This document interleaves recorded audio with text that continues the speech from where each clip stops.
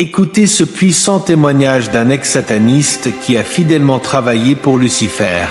Il révèle comment le diable, à travers son corps, séduisait des filles pour détruire des vies. Mais après avoir rencontré Jésus-Christ, sa vie a radicalement changé. Aujourd'hui, il vous avertit, Jésus revient bientôt. Ce témoignage est un avertissement que vous ne pouvez pas ignorer. Visionnez cette vidéo jusqu'au bout et découvrez également les 12 autres témoignages de cette série qui vous dévoile l'organisation cachée du royaume de Lucifer. Abonnez-vous à la chaîne pour ne manquer aucune révélation, car cela pourrait transformer votre vie. Témoignage d'un ex-sataniste numéro 11. Ce témoignage est la 11e partie d'une série de 13 numéros. Pour en bénéficier totalement, il vous faut lire les 12 autres parties, dans l'ordre des numéros.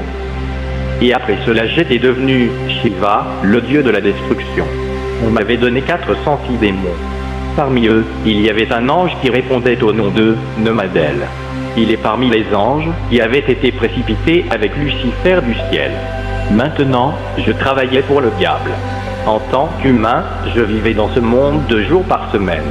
Mais les autres jours, je vivais chez le diable. En plus du squelette que j'avais dans mon corps, on m'avait donné un deuxième et le diable m'avait appris comment combattre les églises, comment plonger les églises dans le sommeil spirituel ou l'apostasie, comment compter les semaines de Daniel et comment préparer le retour de Jésus. Le retour de Jésus. Ici, j'ouvre une petite parenthèse, le Seigneur Jésus revient bientôt. Nous sommes dans une période qu'on appelle le temps de la grâce. La mort du Seigneur Jésus s'est passée à la fin de la 69e semaine de Daniel. Quand la 69e semaine prend fin, on entre directement dans la 70e semaine. Mais au lieu d'entrer dans cette semaine-là, il y a eu un mystère que le diable ne connaît pas. Ce mystère-là, c'est une pause. À cette chronologie hebdomadaire de Daniel, il y a une pause. Pourquoi cette pause-là? C'est pour permettre à toutes les nations qui ne connaissaient pas la bonne nouvelle de la connaître. C'est ce temps-ci, le temps de la grâce. Et la Bible dit, la fin interviendra lorsque la bonne nouvelle sera prêchée partout. Or aujourd'hui, quand vous voyez bien, même les nations qui étaient hostiles à l'évangile acceptent Jésus et l'évangile est prêché partout. Quand vous allez en Inde, vous trouvez des chrétiens indiens. Si vous allez même en Irak, vous trouverez des chrétiens irakiens et même au Japon, il y a des chrétiens. C'est donc une preuve que l'évangile a déjà atteint toutes les nations et que nous sommes maintenant à la fin du temps de la grâce. En plus, nous voyons déjà les signes que le Seigneur Jésus avait donnés et même les 2 acteurs principaux de l'eschatologie sont déjà là. Nous avons l'Empire romain païen et le culte lévitique, le sacerdoce lévitique. Parce que Jésus était accusé par les Juifs, mais tué par les Romains. Pour qu'on entre donc dans la 70e semaine, il faut que ces 2 acteurs réapparaissent. Or l'Empire romain est déjà là, avec ce qu'on appelle l'Union européenne, il y a une monnaie unique qu'on appelle l'euro. Il y a une armée, une constitution, on cherche même déjà le président de l'UE. Et quand vous voyez aujourd'hui la guerre israélo-palestinienne, on se dispute la bande de Gaza afin de démolir la mosquée pour rebâtir le temple de Jérusalem. Or l'Antéchrist ira dans le temple pour se faire passer pour Dieu. Lui, c'est le capitaine Saman al-Din. Pendant que je continuais avec le diable, il nous avait même donné les caractéristiques de ces églises. Ici au Congo, il y a 69 églises du diable. Toutes les églises qui acceptent l'écuménisme sont déjà dans la main de Satan. Il ne faut jamais assister à des cultes écuméniques parce que c'est satanique. Après cela, j'ai continué à servir le diable. Le diable m'avait donné l'autorisation de parler directement avec lui sans passer par des intermédiaires. Et il m'avait donné l'autorisation de participer à toutes les réunions des grands satanistes du monde entier au fond de l'océan Atlantique. Je faisais tout cela et j'étais devenu le représentant du 3e degré dans le mystère de l'air. Toutefois, quand j'étais rentré, je n'étais plus un homme normal, j'étais 50% humain, 50% démon. Et étant dans ce monde-ci, je me disais en moi-même, je vais mourir le 6 janvier 2006. Mais lorsque je mourrai, on va m'enterrer et on va même m'oublier. Ainsi pour qu'on ne m'oublie pas, avant de mourir, il me faudra avoir un enfant. Or en moi il y avait déjà un serpent dans mon bras gauche, et ce serpent avait comme mission de tuer toute femme ou fille qui pouvait coucher avec moi, parce que j'étais marié dans le monde des ténèbres. Les femmes qui couchent avec des prêtres, Le prêtre qui m'avait initié à la magie sainte m'avait donné un mouchoir de couleur rouge et m'avait dit « Si tu couches avec une femme, ayant ce mouchoir sur toi, elle ne mourra pas, mais toute sa vie, elle ne se mariera jamais. Regardez ces femmes ou ces filles qui sortent avec les prêtres, elles ne se marient pas. Continue avec l'impudicité, un jour, tu tomberas sur un sataniste qui a un mouchoir et il te condamnera au célibat. Mais si tu reviens à Jésus et que tu confesses et abandonnes ton impudicité, Jésus est capable de changer tes malédictions en bénédictions. » J'avais donc trouvé une fille. Je sortais avec elle et à chaque fois, j'avais ce mouchoir-là. Cette fille-là me connaissait, elle connaissait mon état spirituel, elle savait que j'étais sataniste. À Nicasie, ce que je faisais dans le satanisme n'était pas un secret. Ma famille le savait, mes frères et sœurs le savaient, mes amis, et même la fille en question le savait. Mais elle était attirée par l'argent que je lui donnais. C'est triste. J'avais pris une statue de Marie Margou que je lui avais donnée. Je lui avais dit, chaque fois que tu veux dormir, tu dois la mettre sous ton oreiller, et c'est ce qu'il s'était passé. Sans le savoir, elle était déjà dans les mains de Lucifer. Je sortais alors avec elle jusqu'au jour où elle est venue me voir pour me dire qu'elle a eu un retard. J'étais très content. Je m'étais dit, maintenant, il y a quand même une femme qui est enceinte de mon enfant. Quand je vais mourir, on se souviendra de moi grâce à l'enfant qui naîtra. Et puis je lui ai donné de l'argent, et elle était partie. J'étais à Nicasie, et je suis allé à Kakanga pour chercher le minerai. À Kakanga, j'avais fait 2 semaines, et ma main droite a commencé à pourrir. Ma main droite avait entièrement pourri. Après cela, j'avais quitté Kakanga et j'étais rentré à Nicasie. J'étais allé dans tous les centres de santé, les dispensaires, les hôpitaux, etc. Malgré le fait qu'on m'avait administré des antibiotiques, la situation de ma main ne faisait que s'empirer. Tout le monde voyait ma main qui était en train de pourrir et qui laissait couler un liquide. Ce liquide ressemblait à un mélange d'eau avec la poudre qu'on trouve dans les piles. Alors, comme j'avais cherché la guérison en vain, j'avais pris la décision d'invoquer les démons. J'étais allé une nuit dans la cour de récréation de l'école laïque. Quand j'y étais, j'avais fait des incantations et on m'avait répondu. On m'avait dit, c'est ta femme Hélène qui est responsable de ta main qui est en train de pourrir. Elle est fâchée contre toi parce que tu as engrossé une fille chez les humains.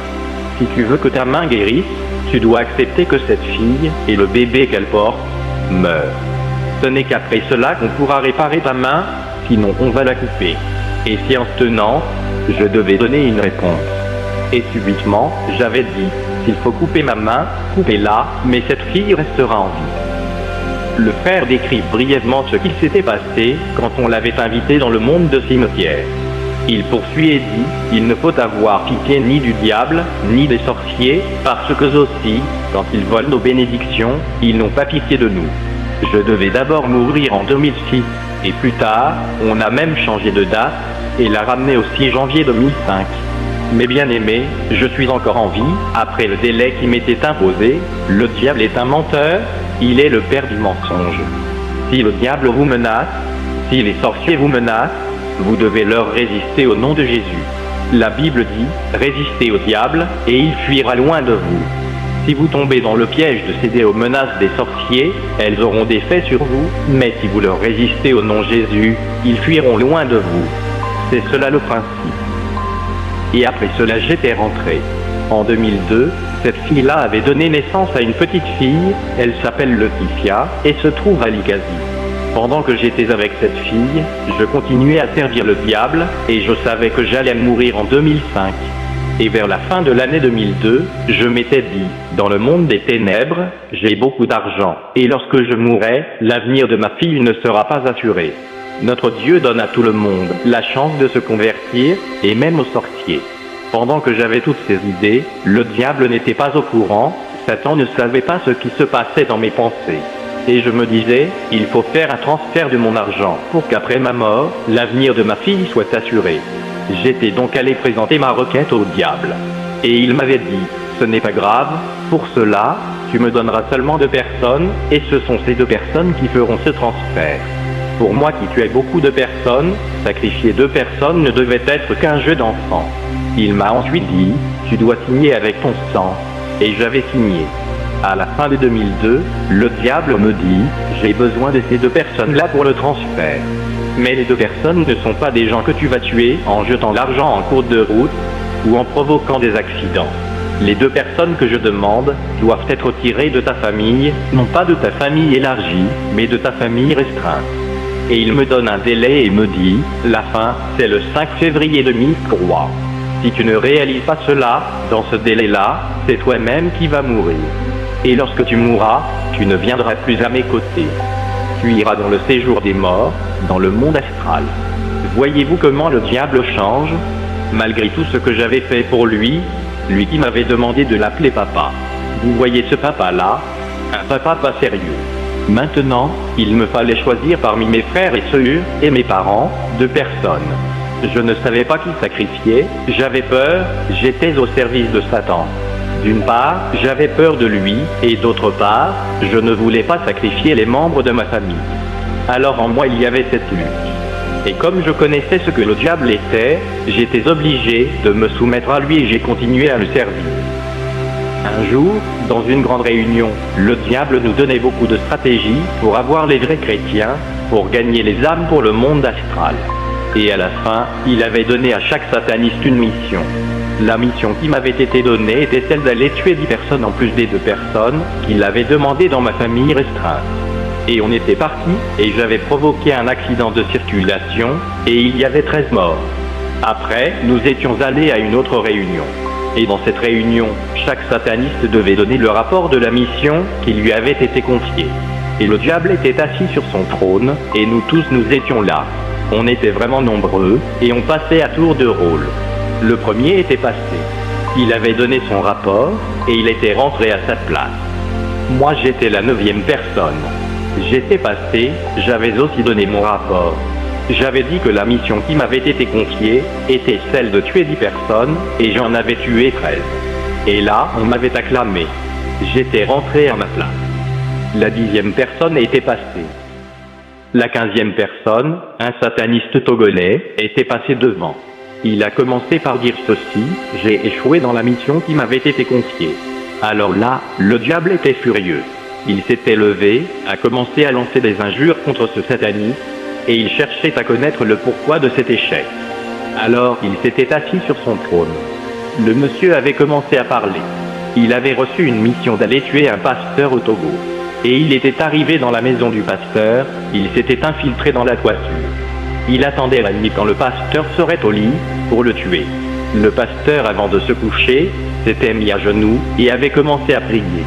Et cet homme disait, il priait, et pendant qu'il priait, je ne sentais rien. J'étais toujours dans la toiture, j'attendais la fin de la prière pour agir. Mais à la fin de sa prière, le pasteur avait dit, c'est au nom de Jésus. Il n'avait même pas dit, Christ. Nous tous qui étions dans la salle étions projetés par terre. Nous étions tous par terre. Mes bien-aimés, pendant que nous étions par terre, je regarde sur le trône de Lucifer, lui aussi, il n'était pas sur son trône, il était aussi par terre, comme nous. Lui qui nous disait qu'il était au-dessus de toutes choses. Il avait dit que sa puissance était au top et ce jour-là, lui aussi comme nous, avait quitté son trône et était par terre. Le diable par terre, ô mes bien-aimés, la Bible dit, devant le nom de Jésus, tout genou doit fléchir. Même le diable doit fléchir ses genoux devant le roi des rois. Parce que Jésus, le roi des rois, a reçu un nom qui est au-dessus de tous les noms, et devant ce nom, tout genou doit fléchir, toute langue doit confesser que Jésus est Seigneur. Le diable, je l'avais vu par terre. Moi j'avais vu de mes propres yeux Lucifer par terre. Et après il s'était relevé et avait commencé à injurier le monsieur. Celui qui avait cité ce nom, on l'avait pris, on est allé le tuer. Un conseil gratuit, si tu es sorcier et qu'on t'envoie dans une mission pour tuer un chrétien, si tu échoues, sache que c'est la grâce de Dieu. Si tu échoues, ne rentre pas dans votre camp pour donner le rapport, on va te tuer. Si tu échoues, va vite à l'église confesser ce que tu fais, on va prier pour toi, tu seras délivré comme moi. Et dès que le diable s'est relevé, il nous a dit, ne vous en faites pas pour cet incident, bientôt je vais régner dans ce monde, je vais vous donner des postes importants. Sachez que je vais détrôner ce faiblard de son trône, ce faiblard qui s'appelle je ne sais quoi, je vais le détrôner. Et quand il disait ça, on l'avait acclamé. Pourtant, nous venions tous de tomber. J'avais un délai qu'on m'avait imposé. Et quand j'étais de retour à l'Ukasie, je m'étais dit, quand nous étions là, on a juste cité le nom, il n'était pas là physiquement, on a cité son nom et nous tous, nous étions par terre. Donc celui-ci qui m'impose ce délai, il y a quand même quelqu'un qui le dépasse. Alors qu'est-ce que je vais faire? Comme il m'a imposé ce délai, je vais me rendre là où on cite ce nom-là. Je vais me rendre là-bas et le délai qu'il m'a imposé sera annulé parce que ce n'est pas lui qui est au tort. Et c'est de cette façon-là que j'ai commencé à me rendre dans les églises pour chercher la délivrance, parce que j'avais reconnu que le maître que je servais était inférieur à un autre maître qui est Jésus-Christ. Le diable m'avait imposé un délai et je devais mourir selon son délai. Ainsi, je suis allé à l'église. J'ai trouvé la délivrance. Le délai que le diable m'avait imposé était tombé. Je n'étais pas mort en 2005. Et aujourd'hui, je suis toujours en vie.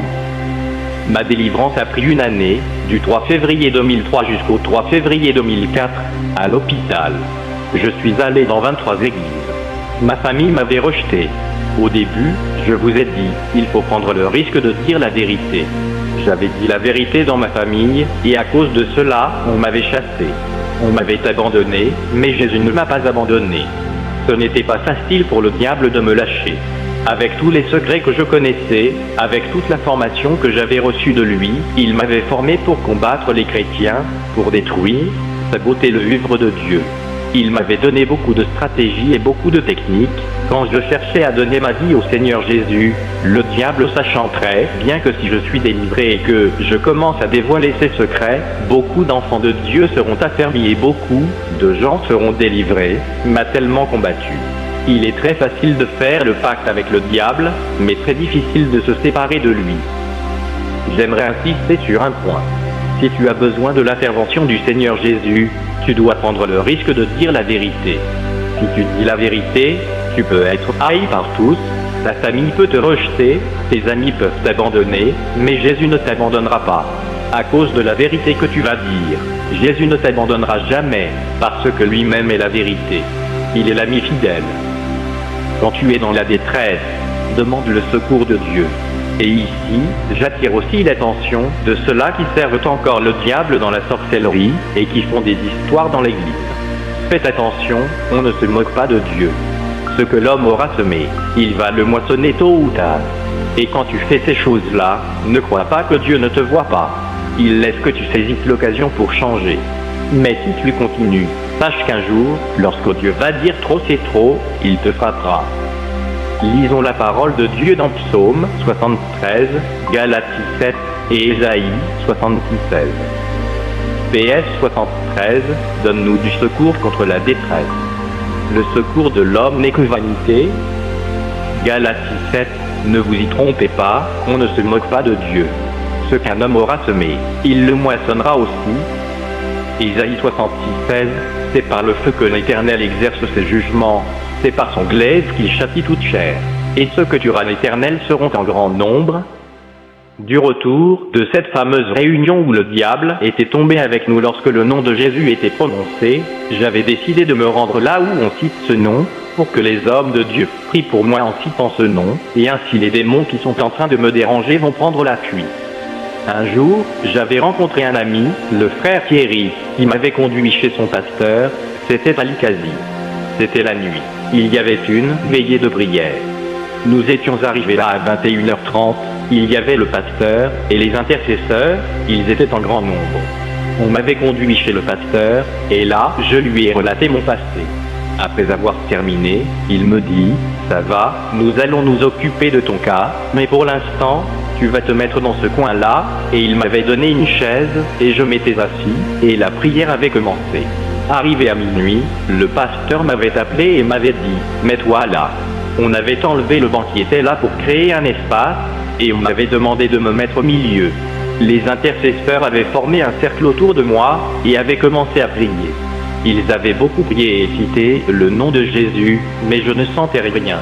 Ils avaient tellement prié de minuit jusqu'à 2h du matin, j'étais là, je les regardais et je ne sentais rien. Il n'y avait aucun effet sur moi malgré le nom de Jésus que ces gens-là étaient en train de citer. Bien-aimés, faites attention. Quand ce nom-là est cité par une personne qui vit dans le péché, il n'y a aucun effet, mais si ce nom est cité par une personne qui marche dans la crainte de Dieu, il y aura automatiquement des effets. Ces gens-là ont prié jusqu'à se fatiguer. Le pasteur était allé se mettre devant la porte, et les intercesseurs continuaient à prier. Comme ils ne voyaient pas de changement sur moi, ils ont commencé à me donner des coups de poing au nom de Jésus. On me donnait des coups au nom de Jésus, mais pendant qu'ils me donnaient des coups, je sentais comme s'ils étaient en train de me gratter. Et j'ai ouvert les yeux mystiques, j'ai regardé les intercesseurs qui m'entouraient, ils étaient tout nus, sans habit. Si tu ne marches pas dans la crainte de Dieu, si tu n'as pas une vie de sanctification, ne t'hasarde pas de chasser les démons, sinon tu vas faire honte au nom de Jésus. Quand ces gens-là me frappaient, j'étais énervé et m'étais dit en moi-même, le fait de venir ici et dévoiler tous mes secrets, c'est une trahison vis-à-vis du diable.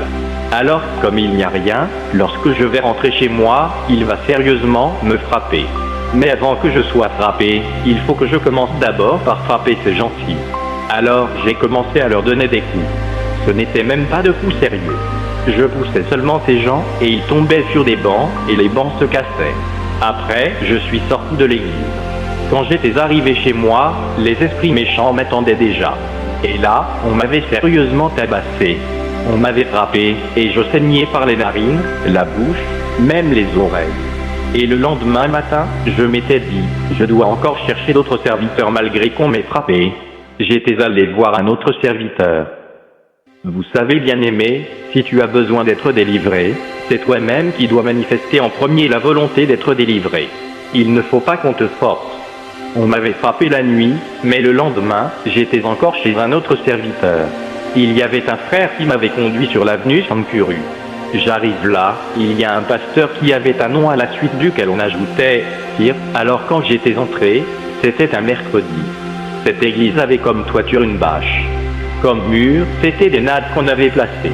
Il y avait beaucoup de gens, j'étais entré, j'avais vu le pasteur, j'avais causé avec lui, il me dit « Ça va, il n'y a pas de problème. Va te mettre là au fond sur une banquette ». J'étais allé là et je m'étais assis. Il a commencé à prêcher. Après la prédication, il devait maintenant conduire la prière. Il a demandé à ce que tout le monde se tienne debout. Quand tout le monde était debout, le pasteur a commencé la prière. Il avait donné un sujet de prière et les fidèles étaient plongés dans la prière et il était en train de circuler. Il arrive au fond là où j'étais, se tient devant moi et me dit « Frère, je viens de voir un blanc derrière toi ». J'ai dit « Ah bon, derrière moi, il y a un blanc. Comme c'est toi qui as vu ce blanc, tu peux l'enlever de là, tu peux le faire sortir. » Bien-aimé, il y a des farceurs, surtout ceux-là qui travaillent pour leur poche et pour leur ventre. Ce sont des farceurs, et ils sont vraiment nombreux. Ce sont ces gens-là qui rendent même les sorciers incrédules.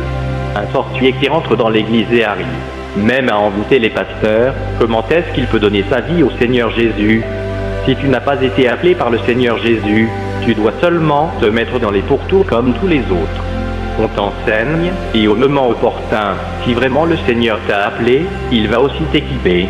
Notre Dieu, quand il donne la vision, il donne aussi la provision. Alors, il était là et subitement, il a commencé à parler en langue. Quand je le regardais, je voyais plutôt un homme sans habit, et il cherchait à me tenir. J'ai juste fait un geste avec ma main, je l'ai simplement touché sans le pousser, et il a été projeté et est allé tomber sur les fidèles. Et quand il était tombé sur ces fidèles, la prière avait pris fin, et les intercesseurs ont commencé à déplacer les banquettes. Il y avait un espace vide, et ces gens-là continuaient à prier pendant que le pasteur était à terre. Ils avaient aussi commis la même bêtise. Ils ont commencé à me donner des coups au nom de Jésus. Et quand j'ai commencé à les pousser, ils sautaient et sortaient avec les nattes, et à la fin quand je quittais ce lieu-là, il n'y avait plus que la toiture. Toutes les nattes n'étaient plus là. Merci d'avoir regardé cette vidéo du début jusqu'à la fin. Si ce témoignage vous a touché, abonnez-vous à la chaîne pour ne manquer aucune des prochaines révélations. Pensez-vous que les attaques spirituelles sont plus fréquentes de nos jours? Et surtout, êtes-vous prêt pour le retour imminent de Jésus-Christ? Partagez vos réponses dans les commentaires. Je suis curieux de connaître vos pensées.